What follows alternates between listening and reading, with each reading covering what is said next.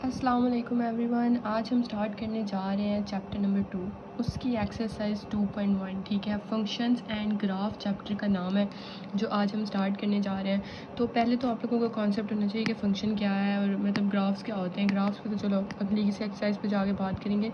अभी मेन चीज़ आपको पता होना चाहिए कि फ़ंक्शंस क्या है। ठीक है, तो ये देखिए मैंने साथ थोड़े थोड़े कॉन्सेप्ट लिख लिए हैं आप लोगों को बताने के लिए। वैसे तो आप लोगों ने मतलब बुक से आप लोग इनकी डेफिनेशन फ़ंक्शन की सबसे पहले आपने वो याद करनी है। ठीक है, ये देखें फॉर एग्जांपल हमारे पास है a is equal to x का स्क्वायर। ठीक है, तो इधर a क्या है, a एक्स का फंक्शन है। ठीक है, a डिपेंड कर रहा है एक्स पे। क्यों डिपेंड कर रहा है, जैसे देखो अगर मैं इधर x की वैल्यू करूँ 0, ठीक है, तो a की वैल्यू क्या होगी, 0 का स्क्वायर लूँगी तो 0। अगर मैं x की वैल्यू इधर कर दूँ 1 तो a की वैल्यू क्या होगी 1।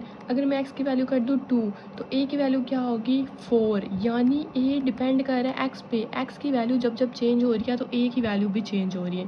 पहली बात आप लोगों ने याद रखना है कि a इसमें क्या है, a फंक्शन है x का और a डिपेंड कर रहा है x पे। x इंडिपेंडेंट है, x को किसी चीज़ से कोई फ़र्क नहीं पड़ता, वो सिर्फ वैल्यूज़ उसकी चेंज हो रही हैं। ये डिपेंडेंट है, जो डिपेंड कर रहा है किस पे, एक्स पे। ठीक है, ये एग्जांपल साथ छोटी सी भी मैंने लिखी हुई है, ये भी देख लें। फॉर एग्जांपल एक्स की वैल्यूज़ हैं 1 2 3।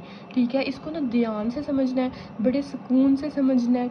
जब तक ये समझ नहीं आएगी मतलब डोमेन, रेंज, ये कोडोमेन, इन सब चीज़ों की, तो अगले कई ज़्यादा क्वेश्चंस में ना इनका कॉन्सेप्ट है। तो अभी स्टार्टिंग में समझ लोगे तो आप लोगों के लिए आसानी हो जाएगी। ठीक है, ये देखो ध्यान से देखो, एक्स के मेरे पास कौन कौन से एलिमेंट्स हैं 1 2 3। वाई के कौन कौन से एलिमेंट है P Q R S।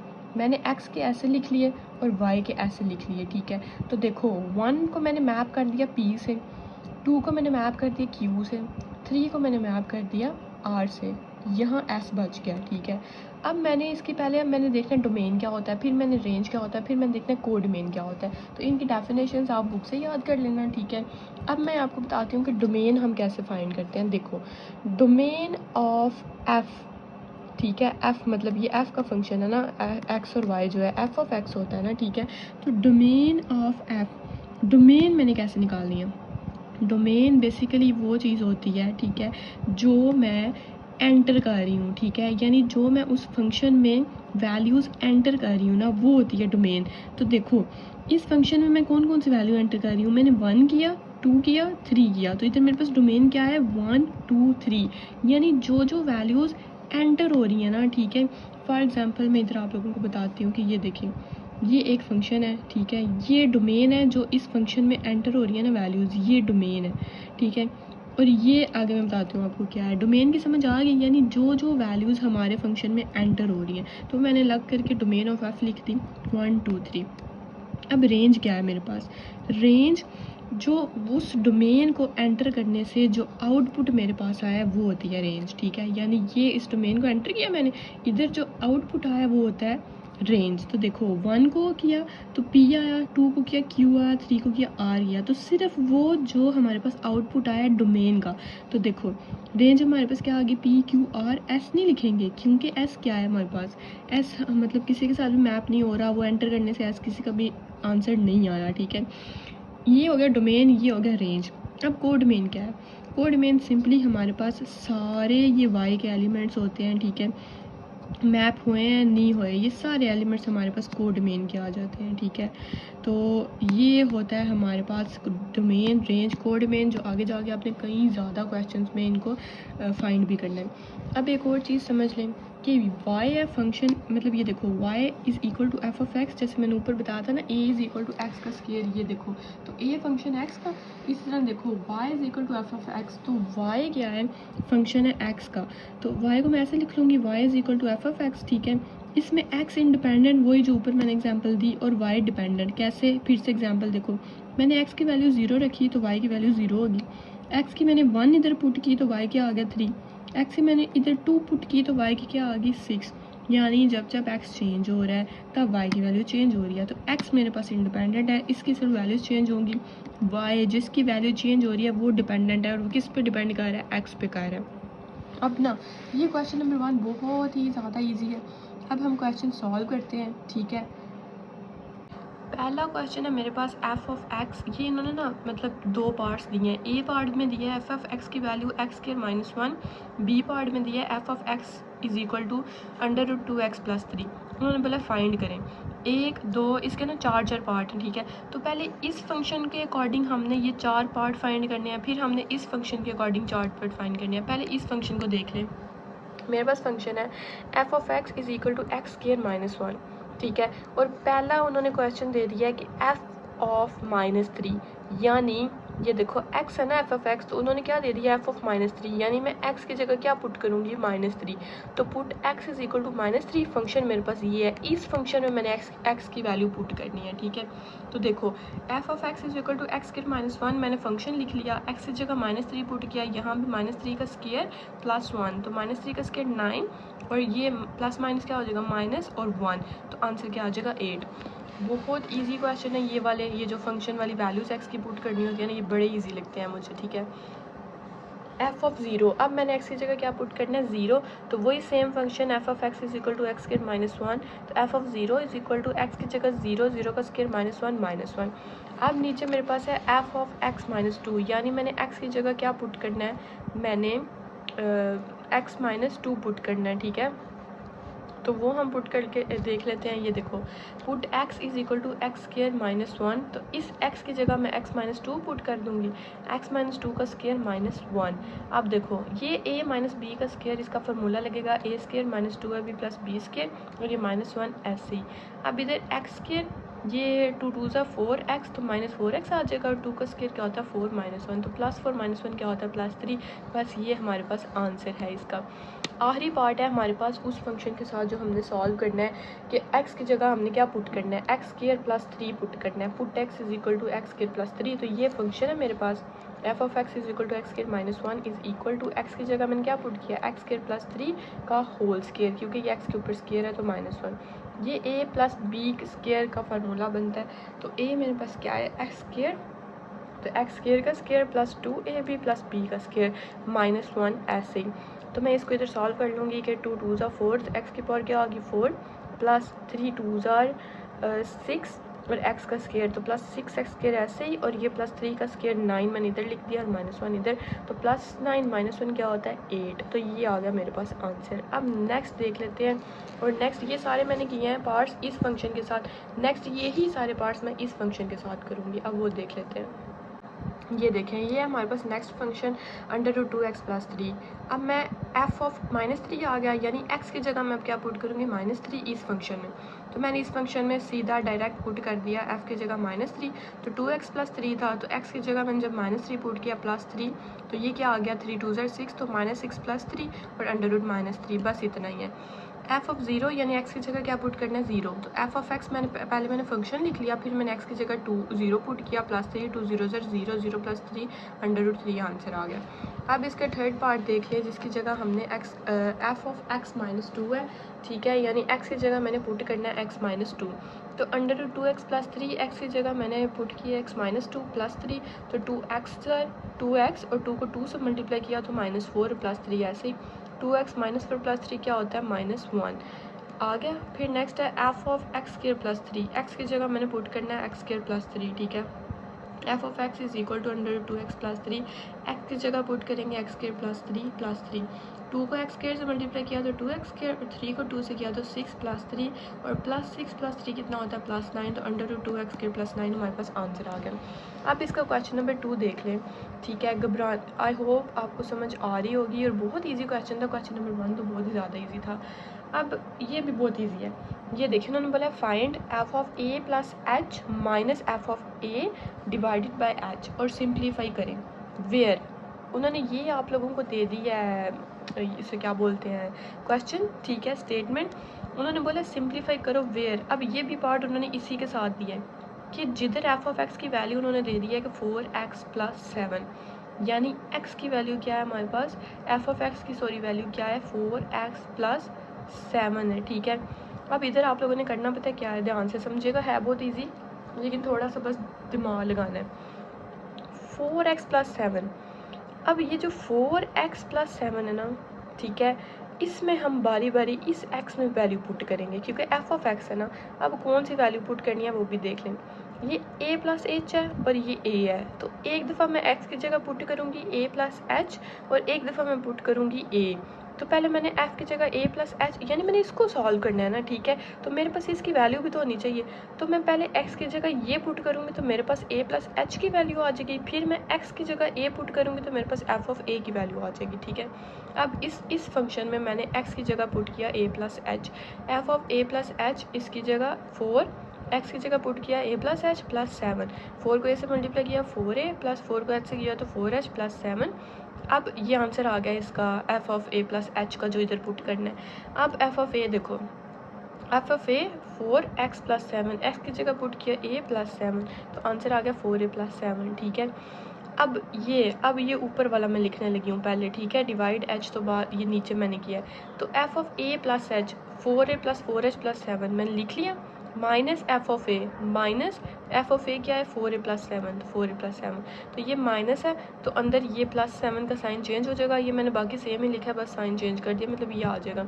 अब ये पूरा का पूरा मैं सॉल्व करने लगी हूँ। f of a plus H minus f of a divided by h, तो f of a plus H इसकी मैंने ये वैल्यूज़ लिखी, ठीक है, जो इसका आंसर आया था। फिर f ऑफ a की मैंने ये लिखी और डिवाइड कर दिया मैंने h से, तो ये कैंसिल होके पीछे सिर्फ बचा 4h डिवाइड, सॉरी यहाँ पे कोई आंसर ही नहीं आ रहा। अच्छा, पीछे सिर्फ बचा 4h डिवाइडेड बाई 4, तो ये 4 से कैंसिल हो गया।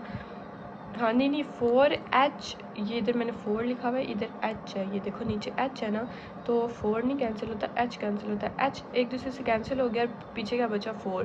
तो ये था हमारे पास क्वेश्चन नंबर 2, नहायत ही ईजी। अब नेक्स्ट देख लेते हैं। ये क्वेश्चन नंबर 2 के ही पार्ट्स हैं, जिसमें याद है ना उन्होंने क्वेश्चन में ये दिया हुआ था, मैंने ऊपर इसीलिए लिख लिया कि पीछे ना जाना पड़े बार बार, ठीक है। ये फंक्शन दिया हुआ था उन्होंने, अब उसमें हमें ना f ऑफ x की वैल्यूज़ अब वो चेंज कर रहे हैं। इसमें देखो वैल्यू क्या दिया है उन्होंने दे दिया f of x is equal to sine of x, यानी अब मैंने x की जगह पुट क्या करना है, मतलब इस x की जगह मैंने पुट पहले a प्लस एच करना है, फिर a करना है और ये साइन के साथ। तो देखो पहले x की वैल्यू मैंने a प्लस एच रखी, फंक्शन था मेरे पास f of x is equal to sine x, तो आंसर क्या आ गया मेरे पास साइन a प्लस एच। फिर मैंने x की वैल्यू जब a रखी, ठीक है, ये तो मेरे पास क्या आया f of a is equal to sine of a, यानी मेरे पास ये दो आंसर आ गए, ठीक है। अब मैं इस फंक्शन में पुट करूँगी f of a plus h, मैंने इधर फंक्शन लिख लिया, f of a plus h की जगह मैंने लिखा sine of a plus h, और f ऑफ a की जगह मैंने लिखा साइन, क्या लिखा मैंने, साइन a, ठीक है, और डिवाइड कर दिया मैंने h से। अब इधर कौन सा फार्मूला लगेगा, इधर ध्यान से देखो, sine a minus sine b, यानी साइन है ना दोनों, तो ये मैंने a रख लिया इसको, यानी ये इसके साथ साइन के साथ a है और ये क्या है, a जो है ये क्या है b है, ठीक है। इधर फार्मूला लगता है sine a minus sine b का, जिसका आंसर क्या आता है 2 cos a plus b sine a, 2 cos a plus b divided by 2 sine a plus b divided by 2। तो मैं उस फार्मूला के अकॉर्डिंग यहाँ अप्लाई करूँगी इसको। ये देखो 2 cos ऐसे ही a प्लस बी, a यहाँ क्या है a प्लस एच, तो a प्लस एच, और b क्या है हमारे पास, b है हमारे पास 2 a, सॉरी ये 2 नहीं है a है, इधर आता है, हाँ देखा, साथ साथ मुझे भी अपनी गलतियाँ पता चल जाती हैं। अच्छा a, तो a है, ठीक है, तो इसकी जगह मैंने क्या लिख लिया a डिवाइडेड बाई 2, फिर साइन ऐसे ही a प्लस बी, a की जगह a प्लस a और b की जगह a, तो माइनस a डिवाइडेड बाई 2। तो ये देखो 2 cos a प्लस, ये तो मैंने चलो वैल्यू पुट कर ली ना, नीचे 2 cos a और a क्या हो गया 2a प्लस a h ऐसे ही डिवाइडेड बाई 2, इधर प्लस a माइनस a एक दूसरे से कैंसिल हो गया, पीछे क्या बचा h डिवाइडेड बाई 2। अब नीचे आ जाओ 2 डिवाइडेड बाई h, ये h किधर से आया है एकदम से, ये देखो ये जो h है ना, ये भी तो हमारा साथ साथ रहना ना, ठीक है। तो 2 बाई एच, ठीक है, 2 बाई एच को मैंने अलग कर लिया और अंदर वाली जो है वो उनको अलग कर लिया। तो ये देखो ये 2 से कैंसिल हो गया, पीछे क्या बचा cos a plus h divided by 2 और sine h divided by a, ठीक है। अब इसके बाद देखो, अच्छा नहीं ये हमारे पास आंसर आ जाएगा। अब इसके बाद ये थर्ड पार्ट देखो, f of x is equal to, उन्होंने बोला है x cube plus x square minus 1। तो पहले मैं इसमें पुट करूँगी x की जगह a प्लस एच, मैंने पुट किया तो क्या आया, एक्स क्यूब है तो a प्लस एच का क्यूब प्लस एक्स स्क्वायर है तो a प्लस एच का स्क्वायर माइनस 1 ऐसे। तो ये a प्लस बी क्यूब का फार्मूला लगेगा, a cube plus b cube plus 3a square b plus 3 a b का स्केयर, ठीक है, ये लगा, उसके बाद ये इधर तक यही लगा, ये वाला formula a plus b cube का।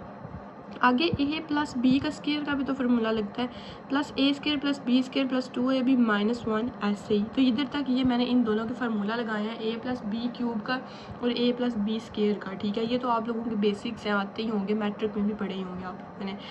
ये हमने ए प्लस एच जब पुट किया तो हमारे पास ये आंसर आ गया, इधर से लेकर इधर तक, ये जगह काम थी। फिर मैंने इस तरह लिख लिया, इस तरह नीचे, ठीक है। फिर मैंने एक्स की जगह ए पुट किया तो क्या आया, एक्स का क्यूब प्लस एक्स का स्क्वायर -1, तो ए का क्यूब प्लस ए का स्क्वायर -1, तो ए क्यूब प्लस ए स्क्वायर -1 आ गया। अब मेरे पास देखो ए प्लस एच की भी वैल्यूज आ गई हैं, ठीक है। अब मेरे पास ए की भी वैल्यू आ गई है। अब मैंने इस फंक्शन में पुट करना है, और ये मैंने नीचे कर लिया था क्योंकि उधर जगह कम थी और रिग्रेट हो रहा था कि मैंने ऊपर किया ही क्यों, ठीक है। चलो अब देखो, ये फंक्शन है मेरे पास, ए प्लस एच की वैल्यू मैंने ये इधर से इधर तक पुट की, ठीक है। एफ ऑफ ए की वैल्यू मैंने ये पुट की और डिवाइड कर दिया मैंने एच से।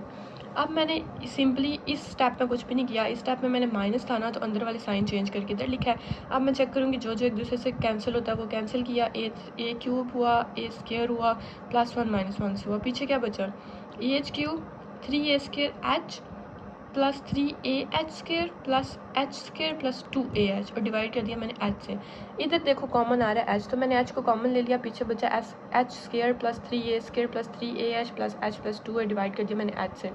एच से हो जाएगा, कट जाएगा, कैंसिल हो जाएगा, पीछे ये हमारे पास आंसर बचता है ए स्क्वायर प्लस 3a, ये पहले मैंने इसको लिख लिया ए स्क्वायर को, ठीक है। फिर मैंने 3ah को लिख लिया, फिर मैंने h यानी एच वाली मैंने पहले लिख ली, अरेंज करके लिखते हैं ना आंसर। फिर मैंने 3a स्क्वायर लिखा और फिर मैंने 2a लिखा, तो ये था हमारे पास आंसर। अब इसका फोर्थ पार्ट देख लेते हैं, ठीक है। ये क्वेश्चन नंबर 2 का ही फोर्थ पार्ट है, जिसमें f of x is equal to क्या है, tan ऑफ x, ठीक है। यानी मैंने tan ऑफ x, इस x की जगह मैंने a प्लस एच पुट करना है और एक दफ़ा a पुट करना है। जब मैंने a प्लस एच पुट किया तो मेरे पास आंसर आ गया tan of a plus h, और जब मैंने a पुट किया तो मेरे पास आंसर आ गया tan ऑफ a। अब नेक्स्ट इसी का पार्ट देखते हैं, लाइक इसका सोल्यूशन। तो ये देखें जी, अब हमने फंक्शन में पुट करनी है values, tan of a plus h की और tan ऑफ a की, ठीक है, जो डिवाइड हो रहा है h पे। अच्छा, tan of a plus h की वैल्यू, ओहो मैंने ये वैल्यू पुट कर दी है, f of a plus H के, मतलब मैंने ये वैल्यू पुट कर दी। अब मैंने इसको सॉल्व करना है, वो कैसे करूँगी, 1 ऑफ h को मैंने अलग बाहर ले लिया और tan ये अंदर ही रहेगा, tan a plus a, same ऐसे ही माइन tan of a minus tan of a, ठीक है। अब इसमें देखो tan का फार्मूला आप लोगों को पता क्या होता है, क्या होता है, tan is equal to sine by cos. तो मैं ये tan a प्लस एच की जगह लिखूंगी sine by cos a plus h और cos of a plus h, और इस tan की जगह भी लिखूंगी साइन ऑफ a और कॉज ऑफ a। ये हो गया। अब मेरे पास इधर फार्मूला देखो 1 ऑफ h ऐसे ही आ जाएगा, ठीक है। अब मैं इसको क्या कर रही हूँ, इधर इसको मैंने ना इसका एलसीएम लिया, ठीक है। एलसीएम मैंने कैसे लिया, ये कॉज a प्लस एच था और कॉज a था ना, तो मैंने इनको इकट्ठा करके लिया, तो एलसीएम कैसे लूँगी, इसको मैंने मल्टीप्लाई कर दिया कॉज ऑफ a से, यानी इन सब को ना मैंने इकट्ठा करके लिख दिया। अब देखो इकट्ठा करने से हुआ क्या है, इसको जब इकट्ठा करके लिखते हैं, आपको एलसीएम लेना तो आता ही होगा, अगर नहीं भी आता तो मैं बता देती हूँ। ये देखो इन दोनों को मैंने इकट्ठा लिखा, ये थोड़ा सा समझना। अब साइन a प्लस एच तो ऊपर है, ठीक है, मतलब जिसके नीचे ये था, नीचे कॉज a नहीं था तो मैंने इसको ऊपर भी मल्टीप्लाई कर दिया, ठीक है। अब इधर इसके नीचे कॉज a था लेकिन कॉज a प्लस एच नहीं था, तो मैंने इसको ऊपर मल्टीप्लाई कर दिया, ठीक है। यानी साइन a प्लस एच, ये देखो ना, मेरी बात सुनो, ये डिवाइड किया, नीचे जब मैंने इन दोनों को इकट्ठा नहीं ना कर सकते, लेकिन जब मैं इन दोनों को इकट्ठा करूँगी तो कैसे करूँगी, cause a plus H multiply हो रहा है कॉज a से, तो मैंने देखा इसके नीचे कॉज a प्लस ए, ठीक है, यानी कॉज a रह गया तो मैं उसको ऊपर मल्टीप्लाई कर दूँगी, कर दिया मैंने। इसके नीचे कॉज a प्लस एच नहीं है तो वो मैं साइन a के साथ मल्टीप्लाई कर दूँगी, ये सिंपल। अब इधर फार्मूला देखो कौन सा लगता है, इधर फार्मूला लगता है मेरे पास, ध्यान से सुनो, इधर फार्मूला लगता है मेरे पास sine alpha cos beta minus cos alpha sine beta का, यानी उसका आता क्या है, साइन अल्फ़ा माइनस बीटा। तो ये ज़रा ध्यान देना, इधर sign alpha cos beta minus cos alpha sine beta, यही सेम फार्मूला है ना, तो इसकी जगह मैं क्या लिख लूँगी, साइन अल्फ़ा माइनस बीटा।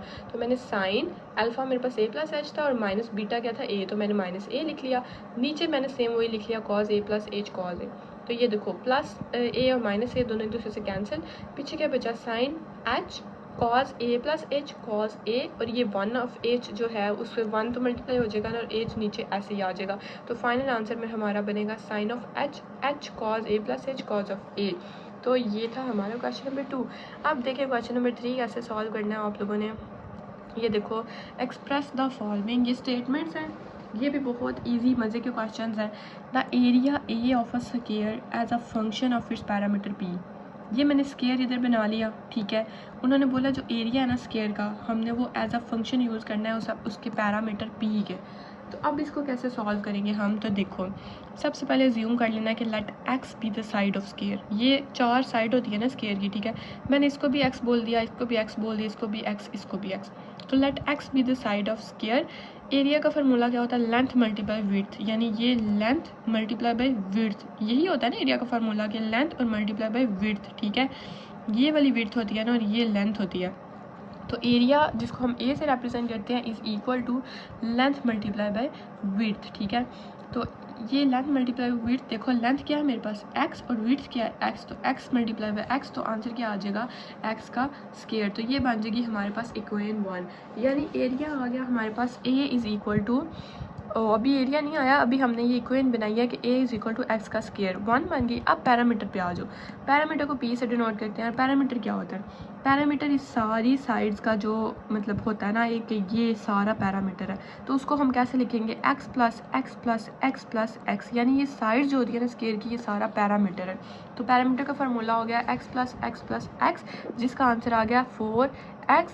तो इधर से मैं x की वैल्यू निकालूंगी, ठीक है। तो x की वैल्यू आ जाएगी मेरे पास p/4, ठीक है। x की वैल्यू क्या आ गई, p/4। तो अब मैं इस p/4 को, ये जो इक्वेशन 1 थी, इसमें पुट करूँगी। तो x is equal to p/4 in equation 1। तो a is equal to x square था, लिख लिया मैंने, x की जगह पुट किया p/4। तो p/4 का स्क्वायर लिया, तो p का स्क्वायर और 4 का स्क्वायर लिया तो 16। तो a का एरिया का आंसर आ गया 16। अब नेक्स्ट देखते हैं। ये देखें जी, इसका सेकंड पार्ट है क्वेश्चन नंबर 3 का, जिसमें बी पार्ट है द सर्कमफ्रेंस ऑफ सर्कल। पहले तो हमने स्क्वायर की बात की, अब हम सर्कल की बात कर रहे हैं as a function of its area A. तो सर्कमफ्रेंस, पहले मैंने ये पूरा सर्कल ड्रा कर लिया, ठीक है। Let r be the radius of circle. आप लोगों को पता है ना आर मतलब रेडियस क्या होता है, ये सर्कल का जो मिड होता है ना, इस पूरे डायमीटर का हाफ, वो होता है हमारे पास रेडियस, ठीक है। तो let r be the radius of circle.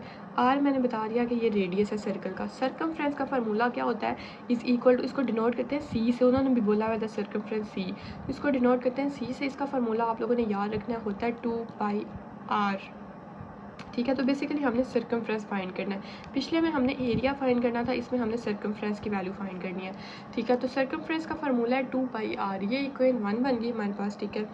अब हमारे पास एरिया देखो क्या है, area is equal to, area का फार्मूला होता है πr², ठीक है, πr²। तो इधर से मैं r को अलग करूँगी, यानी r की वैल्यू सबसे पहले चाहिए ना मुझे। ये देखो 2πr के लिए मुझे किसकी वैल्यू चाहिए, 2πr के लिए मुझे इधर r की वैल्यू चाहिए। पाई की तो चलो पाई रहेगा ना, तो मुझे r की वैल्यू चाहिए। तो एरिया होता है πr², में इधर से मैं r की वैल्यू निकालूंगी। तो r मैंने एक साइड पे रख लिया r² और पाई इस साइड पे जाकर डिवाइड हो गया। तो इस स्क्वायर को रिमूव करने के लिए मैं लूँगी अंडर रूट। मैंने इस साइड पे भी अंडर रूट लिया, दोनों साइड पे लेते होते, एक साइड पे नहीं लेते। तो a डिवाइडेड बाई पाई का भी लिया और r का भी लिया। जब r का लिया तो उसका स्क्वायर कैंसिल हो गया, पीछे मेरे पास क्या बचा, under root a divided by pi. तो अब r की वैल्यू आ गई। अब इस r की वैल्यू को मैं इक्वेशन 1 में पुट करूँगी। Put r is equal to under root a divided by pi in equation 1। ये देखो इक्वेशन 1 लिख ली मैंने 2πr, इसमें मैंने 2π ऐसे ही r की वैल्यू पुट कर दी under root a divided by pi. 2π under root a का अलग कर लिया अंडर रूट, और अंडर रूट पाई का अलग कर लिया, ठीक है। ये आ गया। अब इधर थोड़ा सा ना समझने वाली बात समझो। अब इस पाई की जगह ये अंडर रूट पाई का स्क्वायर कैसे आया, ये तो सेम आ जाएगा ना ऐसे इस पाई की जगह। तो मेरी बात सुनो ध्यान से, जो पाई होता है ना वो इक्वल होता है इसके, क्योंकि ये देखो जब मैंने ऐसे लिखा अंडर रूट पाई का होल स्क्वायर, तो ये स्क्वायर अंडर रूट से कट जाएगा, तो पीछे क्या बचा, पाई इज इक्वल टू पाई। यानी अगर मैं ऐसे लिख लूँ तो भी इसका मतलब पाई ही है, और अगर मैं पाई लिखूँ तो भी इसका मतलब पाई ही है। तो मैं इसको इस पाई को, इस वाले पाई को ऐसे लिख लूँगी कि अंडर रूट पाई का होल स्क्वायर। तो ये क्या होगा, इसकी वजह से होगा क्या कि ये जो नीचे अंडर रूट है ना, वो एक अंडर रूट कैंसिल हो जाएगा, यानी डिनोमिनेटर से वो ख़त्म हो जाएगा। तो पीछे हमारे पास एक ही बचेगा, क्योंकि ये स्क्वायर है ना, ये दो है अंडर रूट पाई, तो एक कैंसिल हो जाएगा और एक बचेगा। तो आंसर आ जाएगा 2 under root pi under root a। तो मैं दोनों को एक साथ लिख लूँगी 2 अंडर रूट a पाई। तो ये था हमारे पास सिंपल सा। अब हम देख लेते हैं इसी का पार्ट सी।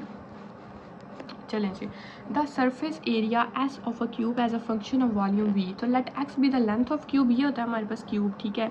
तो ये इसकी साइड्स है ना, जो इसकी लेंथ है उसको हम एक्स से डिनोट कर रहे हैं। तो एक्स क्या है, let x be the length of cube. Surface area, इसका फार्मूला क्या होता है, 6x², ठीक है। ये हमारे पास बन गई इक्वेशन 1।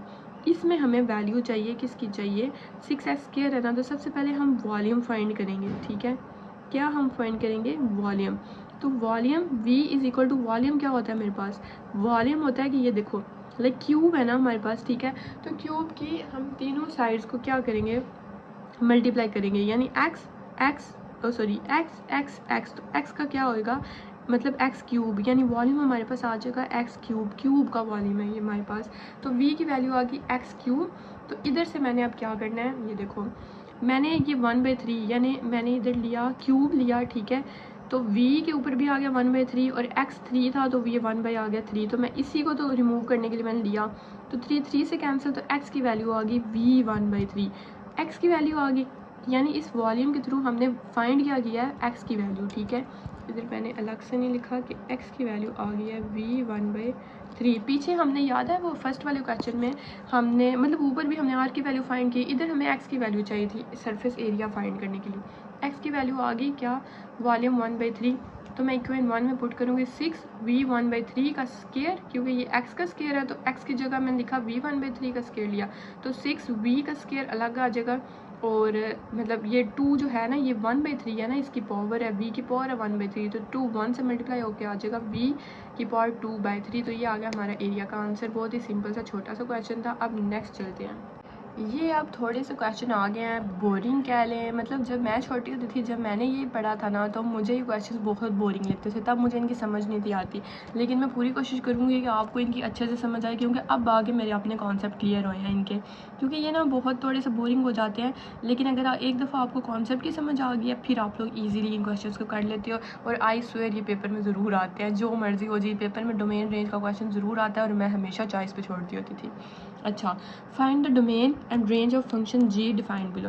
उन्होंने आप लोगों को फंक्शन दे दिया है g of x is equal to 5 - x। उन्होंने बोला डोमेन भी फाइंड करें, रेंज भी। ये है सिर्फ 2 लाइनों के आंसर इनके, ठीक है, इन सारे पार्ट्स के। लेकिन मसला ये है कि आपको कॉन्सेप्ट पता होना चाहिए।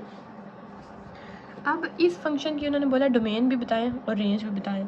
तो जैसे कि आपको पता है, मैं डोमेन और रेंज का कॉन्सेप्ट पहले ही बताई हूँ। यानी डोमेन, ये अगर मेरे पास फंक्शन है ना, जो चीज़ एंटर हो रही है, जो चीज़ फंक्शन में वैल्यू अप्लाइड हो रही है, उसको बोलते हैं डोमेन। और जो रिजल्ट निकल के आ रहा है वो आ रहा है रेंज, ठीक है।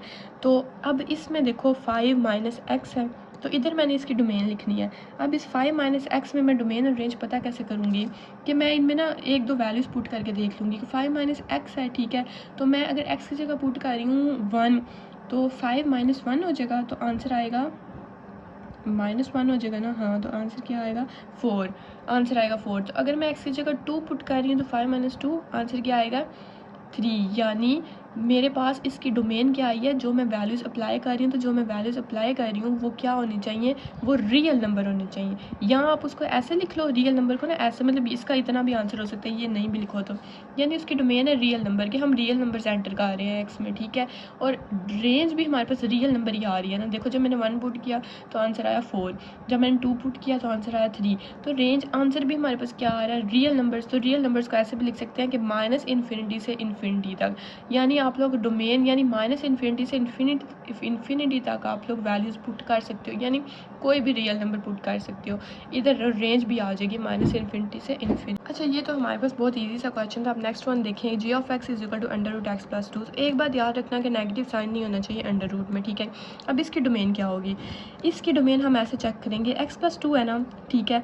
x + 2 greater than equal to 0, ठीक है। यानी x + 2 जो है ना, वो 0 के इक्वल हो जाए या उससे ग्रेटर हो।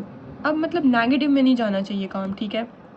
इसका मतलब क्या है कि x ग्रेटर देन और इक्वल टू -2, ठीक है। तो इसकी डोमेन क्या बनेगी हमारे पास, -2 इन्फिनिटी, यानी -2 से लेकर इन्फिनिटी तक वैल्यूज़ हम एंटर कर सकते हैं। -2 से हम उससे छोटा वैल्यू नहीं एंटर कर सकते, ठीक है। हाँ, और रेंज हमारे पास क्या बनेगी, रेंज इसका जब भी हम मतलब एंटर करेंगे इसमें तो हमारी रेंज बनेगी 0 से इन्फिनिटी। अब एक और चीज़ याद रखना, ये देखो इधर मैंने ब्रैकेट लगाई है ये वाली और इधर मैंने ब्रैकेट लगाई है ये, ठीक है। इसका मतलब क्या है, इस वाली ब्रैकेट का मतलब है ओपन, ठीक है, इसका मतलब है क्लोज, ठीक है। अब मैं एक एग्जांपल से आप लोगों को समझा देती हूँ। जैसे देखो इधर है मेरे पास 1 इस पॉइंट में, इधर है मेरे पास 3, तो मैंने ऐसे लिखा 1 3, ठीक है। इसका मतलब है कि ना 1 इंक्लूड है ना 1 3 इंक्लूड है, यानी रेंज है ना, अगर फॉर एग्जांपल 1 और 3 मैंने रेंज लिखी है तो उसमें 1 नहीं इंक्लूड, 3 भी नहीं इंक्लूड, ये जो बीच में होगी ना वैल्यू सारी, यानी 2 आ रहा है बीच में, यानी सिर्फ इंक्लूड है 2। ये होता है इस वाली ब्रैकेट का मतलब, ठीक है। तो मैंने देखो ये इस साइड पे लगाई है ना, इसका मतलब है कि इन्फिनिटी जो है वो बीच में इंक्लूड नहीं है, इन्फिनिटी से जो सारी बाकी सारी वैल्यूज इंक्लूड है, ठीक है। और ये मैंने इधर क्यों लगाई है, क्योंकि -2 इंक्लूड है, -2 भी मैं एंटर कर सकती हूँ एक्स में, ठीक है। ये देखो जब मैं एक्स में करूँगी तो -2 + 2 क्या हो जाएगा 0, तो 0 = 0, यानी आउटपुट हमारे पास क्या आया है, हमारे पास आया है 0। तो इसलिए मैंने इधर -2 लिखा है। आई होप आप लोगों को थोड़ा सा क्लियर हो रहा होगा। इसका मतलब है कि क्लोज, इस वाली ब्रैकेट का मतलब क्या है कि क्लोज। जब भी मैं ये वाली ब्रैकेट लगाऊंगी तो मतलब अगर मैंने 1 लिखा तो वो भी एंटर मैं कर सकती हूँ उधर एक्स में। तो अगर मैंने ये लिख के 1 लिखा तो मतलब मैं 1 नहीं एक्स में एंटर कर सकती, बाकी सारे डिजिट कर सकती हूँ, ठीक है। तो ये होता है इन ब्रैकेट्स का मतलब। अब रेंज इसकी क्या बनती है, 0 और इन्फिनिटी, मतलब 0 देखो 0 इंक्लूड नहीं है, 0 ओह सॉरी 0 इंक्लूड है, मैं खुद भूल गई। अच्छा ये इसका मतलब है कि 0 इंक्लूड है, ठीक है, और इन्फिनिटी इंक्लूड नहीं है। 0 इंक्लूड है क्योंकि जाहिर है जब मैं -2 पुट कर रही हूँ तो आंसर तो 0 ही आ रहा है ना, ठीक है। तो 0 इंक्लूड है। अब तीसरा देख लें इसका पार्ट। अब मुझे लगता है अब आप लोगों को ना थोड़ा रेंज और डोमेन का कॉन्सेप्ट समझ आ गई होगी। अच्छा अब उन्होंने फंक्शन दिया है, अब ये 2 फंक्शन दे दिया उन्होंने, 6x + 7 दिया उन्होंने, और उन्होंने बोला कि x जो है ना, उन्होंने साथ ये भी बता दिया कि x <= होना चाहिए -2 के, और 4 - 3x है, तो जो x है वो ग्रेटर देन होना चाहिए -2 के। तो देखो ये समझोगे तो इसके बाद तो आपको सारी समझ आ जानी है। ये देखो पहला फंक्शन है 6x + 7, उसके लिए उन्होंने बोला है कि x है ना जो, वो इसको समझो ध्यान से, उसको लेस देन या इक्वल टू होना चाहिए -2 से, ठीक है। यानी -2 जो है वो इंक्लूड होगा। ये देखो -2 के इक्वल भी तो आ सकता है ना, इसका मतलब इंक्लूड होगा, तो मैं -2 वाली साइड पे क्या लगाऊंगी, मैं ये क्लोज ब्रैकेट लगाऊंगी, ठीक है, क्योंकि ये इंक्लूड है। और -इन्फिनिटी यानी ग्रेटर देन होना चाहिए -2 से, तो -2 से ग्रेटर का मतलब है कि -2 से ग्रेटर होना चाहिए। 0 ये 1 ये -1 -2, तो -2 से ग्रेटर के इस साइड पे जाएगा, ठीक है, इस साइड पे वैल्यूज आएंगी उसकी। तो ये हमारे पास डोमेन आ गई कि -इन्फिनिटी से -2 तक।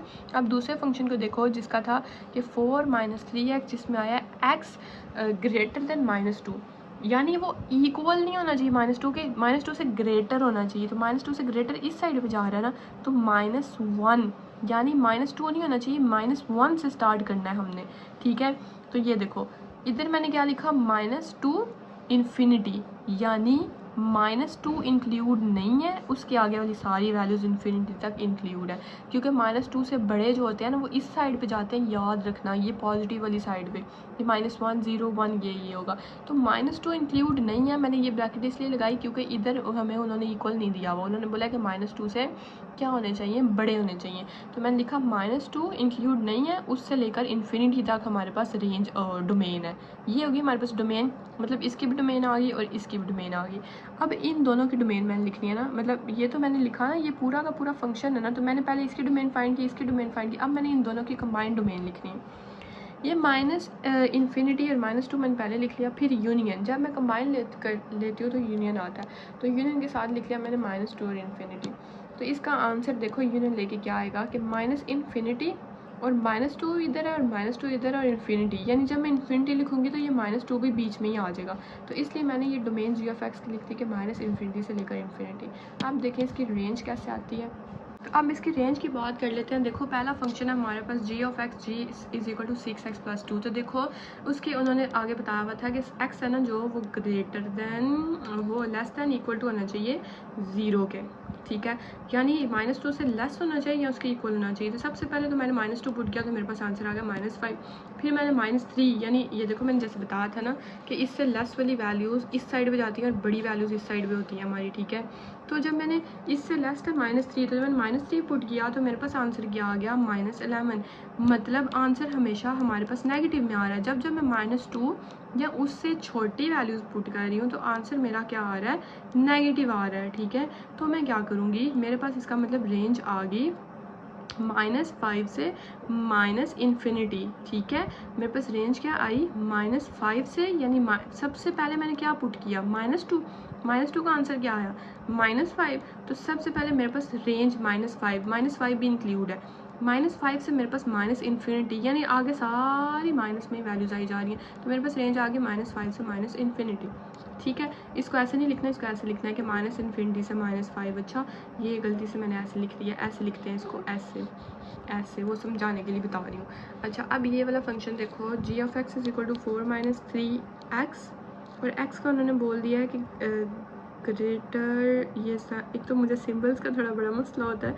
अच्छा x है ना जो ये है इस साइड पे कौन सी होती है, ग्रेटर देन इक्वल टू -2, यानी -2 के ग्रेटर ही होनी चाहिए। और मैंने बताया था -2 के ग्रेटर इधर क्या है -1। तो सबसे पहले मैं -1 पुट करके देखूँगी आंसर क्या होता है। आंसर आया 7।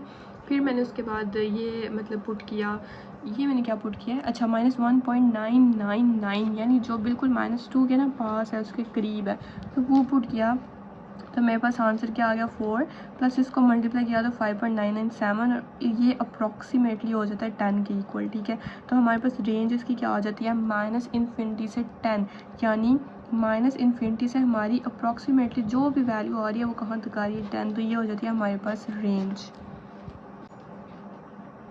अब मैंने दोनों फंक्शंस की रेंज लिख ली और उन दोनों को कंबाइन करके देखना है कि उस फंक्शन की है क्या रेंज। तो जब मैंने इसकी भी रेंज लिखी, इसकी भी रेंज लिखी, इन दोनों का यूनियन लिया तो -इन्फिनिटी से 10 तक मेरी इसकी रेंज बन गई, ठीक है। तो ये हमारे पास इस पूरे फंक्शन की रेंज आ गई। अब नेक्स्ट क्वेश्चन देखिए, बहुत ईजी सा है कि x - 5 की इसकी डोमेन बतानी है। तो ये देखो सिंपली पता चल रहा है इसकी डोमेन क्या होगी, -इन्फिनिटी से इन्फिनिटी, ठीक है। और इसकी रेंज अगर देखें तो वो क्या होगी, 0 से इन्फिनिटी। तो ये तो सिंपल ही है। अब नेक्स्ट क्वेश्चन देखिए, क्वेश्चन नंबर 5। इसमें उन्होंने क्या बताया, भाई डोमेन रेंज ने आप पीछा नहीं छोड़ना। अच्छा उन्होंने बोला f of x is equal to x³ - ax² plus bx is equal to +1। उन्होंने बोला f of 2 की वैल्यू है -3, यानी एक दफ़ा मैं x की जगह पुट करूँगी -3, और f of -1 की वैल्यू है 0, यानी एक दफ़ा x की जगह पुट करूँगी -1। तो उन्होंने बोला a और b की वैल्यूज़ फाइंड करो। तो ये फंक्शन है f of x is equal to x³ - ax² plus b plus 1, ठीक है। तो पहले दो वैल्यूज़ पुट करनी है ना, f of 2 है वो -3 के इक्वल है, ठीक है, और f of 1 है वो 0 के इक्वल है। लेकिन पहले मैं f of 2 पुट करूँगी इस ये फंक्शन के x में और इधर मैं पुट करूँगी -1। तो पहले ये 2 पुट करके देख लेते हैं। फंक्शन मैंने लिखा f of 2, x की जगह 2 और जिधर जिधर 2 था मैंने 2 का क्यूब -a 2 का स्क्वायर प्लस b, ये ऐसे हो, ये इधर x भी आता है b के साथ, हाँ। इधर मैंने पुट किया a प्लस 1, तो 2 का क्यूब लिया 8 माइनस a और 2 का स्क्वायर 4, तो a 4 आ गया, प्लस ये 2b आ गया plus 1। f of 2 is equal to 8 plus 1 9 minus 4a plus 2b। f of 2 की जगह आप उन्होंने बोला पुट करना है, गिवन है कि f of 2 की वैल्यू क्या है -3। तो f of 2 की इधर इसकी जगह मैं पुट कर दूंगी -3 is equal to 9 minus 4a plus 2b, और -3 ये 9 इस साइड पे आगे क्या हो जाएगा -9 इज इक्वल टू साइड पे क्या बचा -4a प्लस 2b। तो -12 is equal to -4a plus 2b, ये बन गई इक्वेशन 1 हमारे पास। इसको इधर ही छोड़ दो, मतलब इधर तक किया छोड़ दिया। अब इसको देखो, अब मैंने x की जगह इसी फंक्शन में पुट किया -1, तो f of x is equal to f of -1 is equal to -1 का क्यूब माइनस a 1 का square plus bx plus b -1 plus 1। अब इसको सॉल्व करते हैं। f of -1 का क्यूब लिया तो -1 यहाँ आ गया, माइनस a और ये -1 का स्क्वायर लिया तो क्या आ गया +1, और माइनस b, क्योंकि प्लस माइनस ये प्लस b -1 से मल्टीप्लाई हो गया क्या आ गया -b और +1 ऐसे ही। तो ये -1 +1 एक दूसरे से कैंसिल हो जाएंगे, पीछे बचेगा -b। अब f of -1 की वैल्यू क्या दी हुई है 0, तो इसकी जगह मैं पुट कर दूँगी 0 इज इक्वल टू -b। इधर से a की वैल्यू निकाल लेनी है, बेशक a की बेशक b की। मैंने ए की निकाल लिया, ए की वैल्यू आ गई मेरे पास -b, क्योंकि ए इधर नेगेटिव था, मैं इसको इस साइड पे लेके गई तो ये क्या हो गया पॉजिटिव, ए की वैल्यू आ गई -b, ये इक्वेशन 2 बन गई। उन्होंने बोला है ए और बी की वैल्यू फाइंड करनी है, ठीक है। अभी वैल्यू फाइंड नहीं की मैंने, अभी सिर्फ अभी मैं सॉल्व कर रही हूँ उसे। ए की वैल्यू क्या आ गई -b। अब मैंने उस a is equal to -b को पुट करना इक्वेशन 1 में। तो इक्वेशन 1 हमारे पास क्या थी, इक्वेशन 1 हमारे पास ये वाली थी, लेकिन a की जगह इस इक्वेशन में मैंने क्या पुट करना -b। तो मैंने इक्वेशन 1 लिखी, -12 is equal to -4a + 2b। अब जिधर जिधर a है उसकी जगह मैंने पुट करना -b। तो -12 is equal to 4 -b + 2b। -12 ऐसे ही -4 -b से हो जाएगा मल्टीप्लाई, तो क्या आ जाएगा माइनस माइनस प्लस, तो 4b और प्लस 2b ऐसे ही, और ये 4 + 2b क्या हो जाएगा 6b, इस साइड पे क्या हो जाएगा -12। तो -12 divided by 6 is equal to b, और ये 6 1 जार 6 2 जार तो -2, b की वैल्यू क्या आ गई -2, ये एक्चुअल वैल्यू निकल के आ गई फाइनल b की। अब मैंने a की वैल्यू फाइंड करनी है, तो इन दोनों में से किसी भी इक्वेशन में मैं ये b की वैल्यू पुट करूँगी तो मेरे पास a की वैल्यू आ जाएगी। तो मैं इक्वेशन 2 छोटी है तो उसमें b की वैल्यू पुट कर लेती हूँ, तो b is equal to -2 equation 2 में पुट करना है। तो इक्वेशन 2 थी a is equal to -b, और a की ये -b की जगह मैंने पुट किया -2, ठीक है। ये माइनस इसका है माइनस का, और ये b की वैल्यू -2, तो ये मैंने अंदर पुट की, तो a की वैल्यू आ गई मेरे पास 2, क्योंकि माइनस माइनस प्लस, तो a की भी वैल्यू फाइंड होगी, b की भी होगी। तो ये था हमारा क्वेश्चन। अब नेक्स्ट देख लेते हैं। ये देखें क्वेश्चन नंबर 6 है आप लोगों का, बहुत ही मजे का क्वेश्चन है। A stone falls from height 60 metre. एक पत्थर है, ठीक है, वो 60 मीटर की हाइट से नीचे गिरा है ग्राउंड पे, ज़मीन पे। हाइट h, हाइट है ना जो उन्होंने बोला है after x seconds is given. अब हाइट है ना जो वो x सेकेंड्स उन्होंने दे दी है हाइट, उन्होंने h of x is equal to 40 - 10x², ठीक है। अब उन्होंने ना इसके ये पहला पार्ट है और इसका ये नीचे दूसरा पार्ट है। पहला पार्ट में उन्होंने क्वेश्चन, ये तो एक क्वेश्चन है ना, इसी क्वेश्चन का उन्होंने पार्ट्स दे दिए हैं। पहले पार्ट में उन्होंने बोला है लाइक इसके अकॉर्डिंग आप बताओ कि what is height of stone.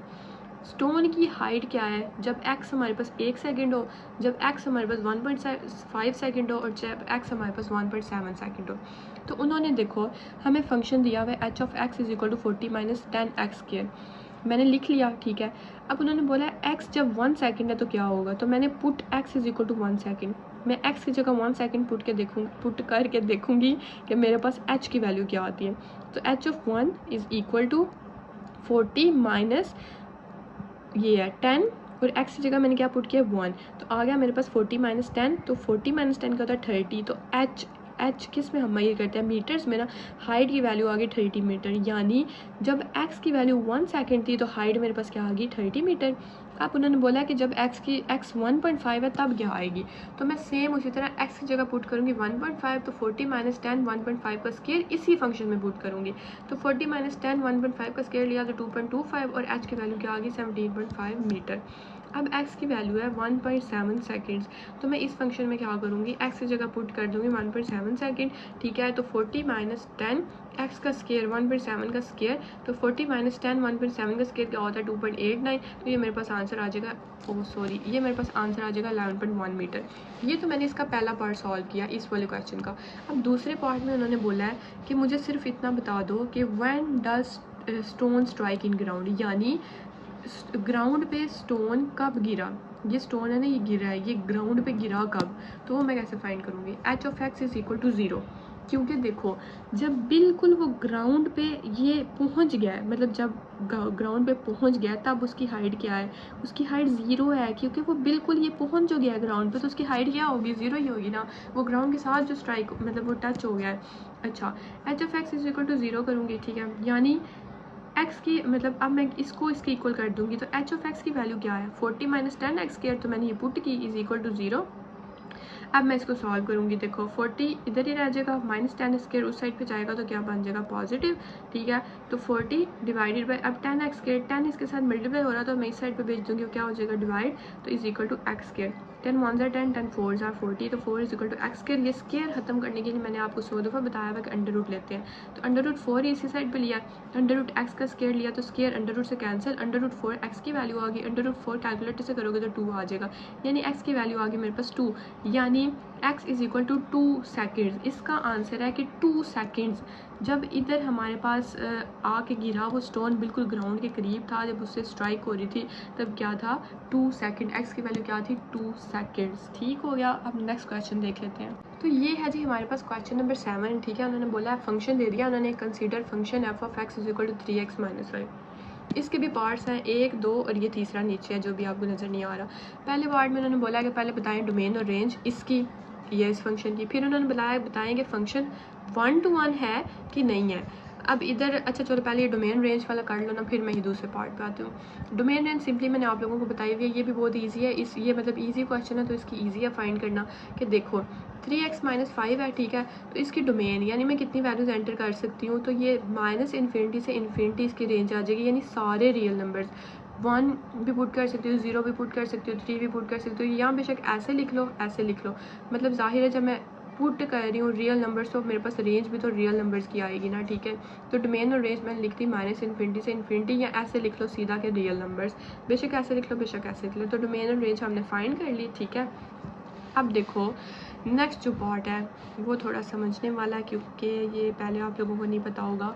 अब उन्होंने बोला है कि इस द फंक्शन एफ, यानी ये जो फंक्शन हमें आपने दिया उन्होंने दिया है हमें वो 1 to 1 है, यानी 1 1 है, तो जस्टिफाई करें। तो अब यहाँ आपके समझने की बात है कि ये 1 to 1 फंक्शन क्या होता है। तो मेरी बात सुनो, फंक्शन की ना 2 टाइप्स होते हैं, ये कॉन्सेप्ट है। फंक्शन की 2 टाइप्स होती हैं, एक 1 1 और एक होता है, इसको कहते हैं हम इंजेक्टिव, और दूसरा होता है बाइजेक्टिव। ठीक है, ये क्या है 1 1 यानी इंजेक्टिव, और दूसरा फंक्शन जो दूसरी टाइप होती है वो होता है सर्जेक्टिव। ठीक है, ये इंजेक्टिव और दूसरा वाला कौन सा होता है सर्जेक्टिव। तो वो पूछ रहे हैं कि ये फंक्शन हमारे पास इंजेक्टिव है, तो हमें कैसे पता चलता है कि ये फंक्शन 1 to 1 है कि नहीं। तो f of x1 is equal to f of x2, यानी जब x1 फंक्शन x1 इक्वल आ जाए x2 के, तो मतलब ये 1 1 है, इंजेक्टिव है। ठीक है, ये हमारे पास 1 to 1 के लिए याद रखना ये फार्मूला होता है कि अगर एफ ऑफ x1 इक्वल है एफ ऑफ x2 के तो वो क्या है, इंजेक्टिव है। तो मैं एफ ऑफ x की वैल्यू मेरे पास क्या है 3x माइनस 5, तो f of x1 is equal to f of x2, मैं इसको पुट करूँगी। तो एफ ऑफ x1 में देखो ये वैल्यू थी ना इसकी, तो इसकी जगह मैं क्या पुट करूँगी 3x1 माइनस 5, और एफ ऑफ x2 की जगह पुट करूँगी 3x2 माइनस 5, यानी ये ही पुट करना है, लेकिन एक जगह x1 है एक जगह x2 है। ठीक है, तो ये देखो अब इसको सॉल्व करूँगी कि 3x1 is equal to 3x2, ऐसे माइनस 5 इस साइड पे प्लस है तो इस साइड पे जाके, और माइनस है तो इस साइड पे जाके प्लस हो जाएगा। तो ये प्लस 5 माइनस 5 दूसरे से कैंसिल, पीछे क्या बचा 3x1 is equal to 3x2, तो 3 से कैंसिल हो जाएगा, और पीछे क्या बचा x1 इज इक्वल टू 2, यानी वही बात होगी ना कि x1 is equal to x2। So the function is 1 1 because equal outputs implies equal inputs, यानी इक्वल इनपुट थे तो हमारे पास आंसर भी इक्वल आउटपुट में आ गया। ठीक है, तो ये आप स्टेटमेंट लिखते ना नीचे कि हाँ फंक्शन 1 1 है। अब हम नीचे अब फंक्शन ऑन टू की बात कर रही थी मैं, जो कि हमारे पास सर्जेक्टिव होता है, अब उसी का पार्ट आ गया। अब वो कैसे पता चलता है हमें कि ऑन टू है कि नहीं। उन्होंने बोला कि if function f onto is function f onto if codomain is all real numbers. उन्होंने बोला है कि कोड मेन जो है ना, अगर वाई के सारे एलिमेंट्स रियल हैं, कोड मेन रियल है, तो मतलब फंक्शन हमारे पास ऑन टू है। ठीक है, जब कोड मेन यानी वाई, कोड मेन क्या होती है वाई सारे उसके एलिमेंट्स रियल नंबर्स हैं, तो मतलब हमारे पास फंक्शन ऑन टू है। तो ये देखो ये मैंने फंक्शन लिखा f of x is equal to 3y minus 5, तो ये f of x is equal to y, यानी मतलब ये जो फंक्शन है वाई के इक्वल ही होता है ना। तो मैं इसको सिंपल बनाने के लिए f of x is equal to 3x minus 5, इसकी जगह लिख लूँगी y is equal to 3x minus 5। ठीक है, तो इसको सॉल्व करूँगी, ये माइनस 5 है, इस साइड पे आके क्या हो जाएगा प्लस 5, तो y plus 5 is equal to 3x, तो y प्लस 5 ये 3 साइड पे आके डिवाइड हो जाएगा इज इक्वल टू x की वैल्यू निकल आई। ठीक है, अब इधर देखो मैंने क्या किया है, y इज इक्वल टू 1, और y मतलब y की वैल्यू क्या है हमारे पास 1, और x की वैल्यू क्या है y प्लस 5 डिवाइड पे 3 जो मैंने इधर पुट किया है। ठीक है, तो मैं इधर क्या पुट करूँगी x इज़ इक्वल टू मतलब y की वैल्यू क्या है 1, तो मैं इस y की जगह मैं पुट करूँगी 1। इधर मैंने 1 क्यों पुट किया है, y को वैल्यू मैंने 1 क्यों दिया है, क्योंकि देखो code main is all real numbers, यानी सारे y के एलिमेंट्स जो हैं वो रियल नंबर्स हैं, तो रियल नंबर्स 1 से शुरू होते हैं, तो इस y की जगह मैंने सबसे पहले पुट किया 1, तो 1 प्लस 5 6 डिवाइडेड बाई 3, तो 6 इसके आगे मैंने इधर सॉल्व किया हुआ है 6 डिवाइडेड बाई 3, तो x की वैल्यू क्या आ गई 2। ठीक है, तो नाउ अगर मैं x की जगह 2 पुट करूँगी, ठीक है, इस वाले फंक्शन में, तो मेरे पास क्या आएगा, 3 को मैंने 2 पुट किया और -5, तो 6 - 5 1, यानी देखो y की वैल्यू 1 इक्वल, और हमारे पास ये हमारे पास आउटपुट आया वो भी क्या है, 1 इक्वल, ठीक है। एफ ऑफ एक्स की भी वैल्यू क्या है, ये 1, यानी जो y की वैल्यू पुट की है और जो ये आई है ये भी क्या है, 1। सो इसका मतलब ये दोनों सेम है, इसका मतलब ये ऑन टू है, ठीक है। ये आप स्टेटमेंट लिख देना कि yes the function is onto when codomain is all real numbers. अब नेक्स्ट क्वेश्चन देख लेते हैं, क्वेश्चन नंबर 8। तो ये हमारे पास क्वेश्चन नंबर 8, जिसमें हमने देखो क्या करना है, लेट एफ और belongs to R be defined by f of x is equal to 2x - 3x + 1। इसमें भी उन्होंने पार्ट्स दे दिए हैं। सबसे पहले ये फंक्शन है, इसकी डोमेन भी फाइंड करनी है, रेंज भी फाइंड करनी है। पहले पार्ट में सबसे पहले डोमेन फाइंड कर लेते हैं, ठीक है, फिर रेंज फाइंड करेंगे। तो ये देखें 2x - 3 डिवाइड बाई x + 1, पहले मैंने डोमेन फाइंड करनी है। डोमेन में कैसे फाइंड करूँगी, x + 1 नॉट इक्वल टू 0, ठीक है। यानी इसका मतलब क्या है, मतलब ये x + 1 जब आ गया ना डिनोमिनेटर में, ठीक है, यानी आ गया ये p और q की फॉर्म में, p/q फॉर्म में, जो रैशनल फॉर्म होती है। आप लोगों को पता है रैशनल फॉर्म होती है p/q की फॉर्म में, तो इसका मतलब ये रैशनल नंबर है। तो हमेशा ये p/q की फॉर्म, इसका मतलब है कि q नॉट इक्वल टू होना चाहिए 0 के, ठीक है। तो जब ऐसे हमारी डोमेन फाइंड करने के लिए हमें बोलें, तो आप लोग याद रखना ये p/q की फॉर्म है और q हमारे पास नॉट इक्वल टू 0 है, इसलिए x + 1 नॉट इक्वल टू 0 है।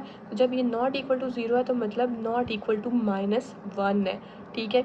तो मैं इसको ऐसे लिख लूँगी, इसकी जगह मैं इसको कैसे लिख लूँगी, ऐसे, यानी मतलब इन दोनों का सेम ही है।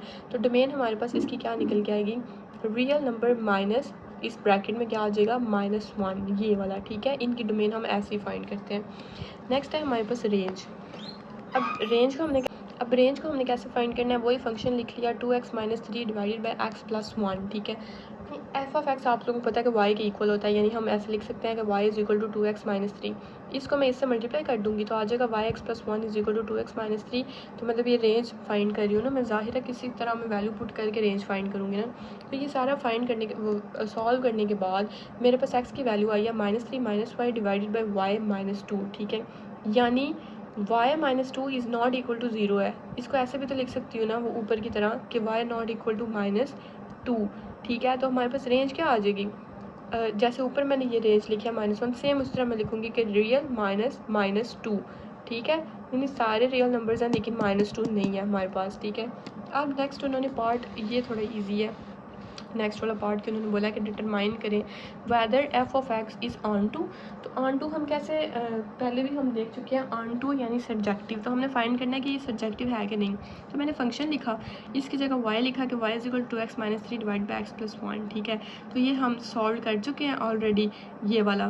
तो ये देखो हम इसकी सिंपल क्या करेंगे, कोड मेन जो है ना वो चेक करेंगे। मतलब ये देखो ना, ये सारा पहले मैं सॉल्व कर चुकी हूँ ना इसका, ठीक है। तो मैं इधर से ही इसकी कोड मेन चेक करूँगी। तो कोड मेन मतलब मुझे पता है कि रेंज इसकी आई है ये मैं रेंज लिख लूँगी, और कोड मेन जो है वो क्या होगी, वो हमारे पास क्या है, रियल।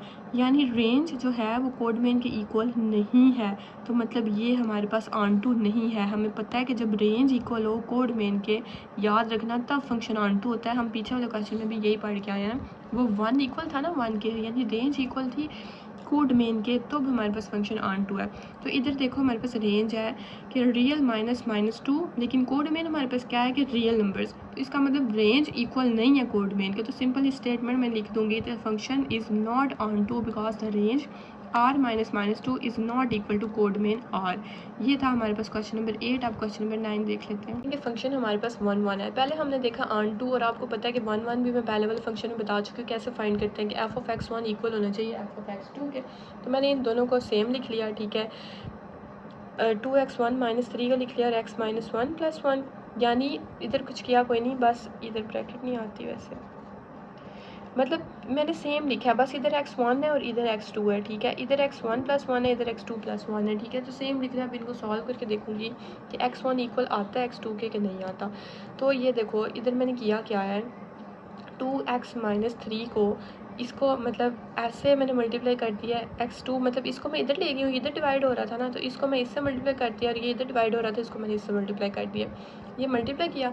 अब मैं इनको और ज़्यादा मल्टीप्लाई करूँगी कि 2x - 1 को x2 से किया तो 2x1 x2 आ गया। फिर इसको 1 से किया तो 2x1 आ गया और -3x² ऐसे ही आ गया और -3 को 1 से किया तो -3 आ गया। इधर 2x2 को x1 से किया तो 2x1 x2 आ गया, फिर 2x2 को 1 से किया तो 2x2 आ गया, फिर -3 को x1 से किया तो -3x1 आ गया और -3 को 1 से किया तो -3 आ गया। अब इन सब को मैं इस साइड पे ले जाऊँगी और इस साइड पे 0 आ जाएगा, ये वाले जो इक्वल के इस साइड पे है। तो ये +2x1 x2 था तो इस साइड पे -2x1 x2 हो जाएगा, ये +2x2 था ये -2x2 हो गया, ये -3x1 था तो इस साइड पे जाके +3x1 हो गया, ये -3 था तो ये +3 हो गया, इज इक्वल टू 0। जो जो कैंसिल होते हैं उनको कैंसिल करूँगी, पीछे क्या बचेगा 5x1, क्योंकि 2x1 प्लस करूँगी 3x1 से तो आंसर क्या आ जाएगा 5x1, फिर 3x2 प्लस करूँगी -2x2 से माइनस करूँगी तो आंसर क्या आ जाएगा -5x2। 5 को कॉमन लूँगी तो x1 - x2 is equal to 0। 5 इस साइड पे जाके डिवाइड हो जाएगा तो 0 ही बन जाएगा। तो x1 - x2 is equal to 0। तो x1 इधर ही रह जाएगा is equal to x2 minus हो रहा है इस साइड पे जाके क्या बन जाएगा प्लस। तो f(x) इज़ 1 फंक्शन है क्योंकि x1 is equal to x2, यानी ये हमारे पास 1 फंक्शन है जिसके हम बोलते हैं इंजेक्टिव फंक्शन। ठीक है, अब नेक्स्ट क्वेश्चन देखिए, क्वेश्चन नंबर 9 के वो कैसे सॉल्व करना है। ये बहुत छोटा सा मज़े का इजी सा क्वेश्चन है, मतलब इजी नहीं है लेकिन छोटा है। अच्छा, उन्होंने फंक्शन दे दिया कि और पॉजिटिव बिलोंग करे और positive pay defined by f(x) की वैल्यू दी है e⁻⁻x। ठीक है, उन्होंने बोला कि शो करें कि f बाइजेक्टिव है। बाइजेक्टिव का मतलब क्या होता है, ये तीसरी फंक्शन की टाइप है। ठीक है, यानी पहले हमने पढ़ा इंजेक्टिव, फिर हमने पढ़ा सर्जेक्टिव। इंजेक्टिव था 1 सर्जेक्टिव था क्या था ऑन टू, और हमारे पास बाइजेक्टिव क्या होता है, बाइजेक्टिव तब होता है जब फंक्शन ऑन टू भी हो और 1 भी हो, तो उसका मतलब है कि फंक्शन हमारे पास क्या है बाइजेक्टिव। तो सबसे पहले मैं इंजेक्टिव चेक करूँगी कि है या नहीं। तो f(x1) is equal to f(x2), e⁻x is equal to e⁻x, तो e से कैंसिल हो जाएगा, पीछे बचेगा -x1 is equal to -x2, तो माइनस से कैंसिल तो x1 is equal to x2, मतलब f(x) इंजेक्टिव है 1 है क्योंकि वो इक्वल आ गया। अब मैं चेक करूँगी कि हमारे पास सर्जेक्टिव है या ये नहीं है, तो अब भी पता चलेगा ना कि बाइजेक्टिव है कि नहीं। अब सर्जेक्टिव चेक करने के लिए देखो f(x) is equal to e⁻x, तो y is equal to e⁻x क्योंकि f(x) is equal to y के, तो ये होता है हमारे पास, ये बन गया। अब मैं इन दोनों साइड पर लॉग लूँगी तो ये log ऑफ y आ गया और ये log ऑफ e⁻⁻x आ गया। तो आपको पता है जब भी हम log लेते हैं ना तो हमारे पास log लेने का एक फार्मूला है कि जो ये पावर होती है ना ये स्टार्ट में आ जाती है, ये log ऑफ y ऐसे ही आ जाएगा। जब मैंने e(x) का log लिया तो e(x) जो है वो -x जो पावर है वो स्टार्ट पे आ गई और log ऑफ e ऐसे ही रह गया। ठीक है, तो log of y is equal to -x बन गया क्योंकि log ऑफ e जो होता है वो हमें मतलब log ऑफ e इसका कोई आंसर नहीं आता। ठीक है, तो इज़ इक्वल टू -x आ गया, तो x is equal to -log of y आ गया। तो ये देखो कैलकुलेटर पे जब log ऑफ -1 करोगे ना तो एरर आएगा, जब 1 करोगे तो 0 आएगा, जब 2 करोगे तो 0.69 आएगा। यानी जब भी हम नेगेटिव वैल्यूज़ पुट करोगे तो मेरे पास आंसर क्या आएगा, एरर ही आएगा, और जब पॉजिटिव पुट करोगे तो उसका सोल्यूशन आएगा। तो ये हमारे पास x is equal to -log of y आया है। ठीक है, अब क्वेश्चन नंबर 10 देख लेते हैं। ये हमारा इस एक्सरसाइज का लास्ट क्वेश्चन है, क्वेश्चन नंबर 10 देख लें। Let g r belong to r be given by, उन्होंने फंक्शन दे दिया g of x is equal to x³ - 3x। Determine करें कि इंजेक्टिव है या सर्जेक्टिव। तो इंजेक्टिव फाइंड करने के लिए हमारे पास ये फंक्शन है, हमने x1 is equal to x2 करना है, तो x1³ - 3x1 is equal to x2 का क्यूब, मतलब इन इक्वल कर लेना एक दूसरे के। इसको सॉल्व करके देखना है कि x1 के इक्वल आता है कि नहीं आता। तो ये देखो मैंने सॉल्व कैसे किया है, इसको सॉल्व कैसे किया है कि ये a³ - b³ का फार्मूला बना है, उसकी जगह आ गया a - b a² plus ab plus b²। तो इस फार्मूला के अकॉर्डिंग मैंने इसको पुट किया और इधर मैंने 3 कॉमन लेके x1 - x2 कर लिया। तो ये x1 - 2 ये x - 1 2 एक दूसरे से कैंसिल हो जाएंगे। ठीक है, पीछे यही बचेगा x1 का square plus x1 x2 plus x2 का स्क्वायर, ये मैंने लिख लिया इज इक्वल टू 3 साइड पर बचे तो 3 ऐसे ही आ जाएगा। अब देखो ये हमें साफ पता चल रहा है कि इसमें कहीं से भी हमें x1 भी नहीं मिलेगा, x2 भी नहीं मिलेगा, तो x1 is not equal to x2। ठीक है, सो f(x) इज़ नॉट इंजेक्टिव, मतलब ये 1 फंक्शन नहीं है। तो एक चीज़ क्लियर होगी। अब हम देख लेते हैं कि ये सर्जेक्टिव है या नहीं है। तो सर्जेक्टिव देखो, हमने फंक्शन लिखा और g(x) की जगह मैंने y लिख लिया क्योंकि g(x) y के इक्वल होता है, तो x³ - 3 ऑफ x। तो हमें पता है कि अगर पोलिनोमियल हो तो हम x की वैल्यू नहीं फाइंड कर सकते। मैंने इसीलिए साथ ये भी लिख लिया है कि अगर कोई भी चीज़ पोलिनोमियल हो, ठीक है, यानी उसकी डिग्री 2 से ज़्यादा हो, तो हम x की वैल्यू नहीं फाइंड कर सकते। सो मैं इसको किसी और तरह से चेक करूँगी कि ये सर्जेक्टिव है या नहीं। हम कैसे चेक करूँगी, देखो x की वैल्यू है 1 2 3 4 आगे जाती जा रही है, और g ऑफ x की भी वैल्यू इसी तरह आगे जाती जा रही है। तो इसका मतलब है कि x है जो वो इन्फिनिटी है, यानी g ऑफ x क्या है, इन्फिनिटी तक जा रहा है। और x अगर माइनस इन्फिनिटी है तो g ऑफ x क्या है, माइनस इन्फिनिटी तक जा रहा है। तो रेंज हमारे पास आ गई इन्फिनिटी से माइनस इन्फिनिटी, ठीक है। अब हमने कोड मेन चेक करनी है कि कोड मेन रेंज के इक्वल है या नहीं है। तो कोड मेन देखें, इस क्वेश्चन में उन्होंने बताई हुई है, मतलब उन्होंने सिंपली लिखा हुआ है कि जी बिलोंग करे, आर बिलोंग करे आर से, ठीक है। तो इसका मतलब ये है कि इसकी कोड मेन क्या होगी, इन्फिनिटी से माइनस इन्फिनिटी, ठीक है। तो रेंज इक्वल है कोड मेन के, देखें इन्फिनिटी से माइनस इन्फिनिटी और इन्फिनिटी से माइनस इन्फिनिटी, तो रेंज इक्वल आ गई है कोड मेन के। तो इसका मतलब ये फंक्शन सर्जेक्टिव है, ठीक है। तो ये थी हमारे पास एक्सरसाइज 2.1। आई होप आप लोगों को समझ आ गई होगी। अगर नहीं आई तो आप कमेंट सेक्शन में पूछ सकते हैं, ठीक है। और एक चीज़, मैंने ना फिज़िक्स के और कंप्यूटर के भी नोट्स बना दिए हैं, तो वो भी आप मेरे चैनल पे जाकर प्लेलिस्ट देख सकते हैं, ठीक है। अगर नहीं समझ आई किसी भी बात की तो कमेंट सेक्शन में पूछ लिया करें, और अगर आ जाती है तब भी बता दिया करें। और नेक्स्ट वीडियो में हम इंशाल्लाह स्टार्ट करेंगे एक्सरसाइज 2.2। तब तक अपना ख्याल रखें। अल्लाह हाफिज़, थैंक यू। चैनल को सब्सक्राइब करना मत भूलिएगा।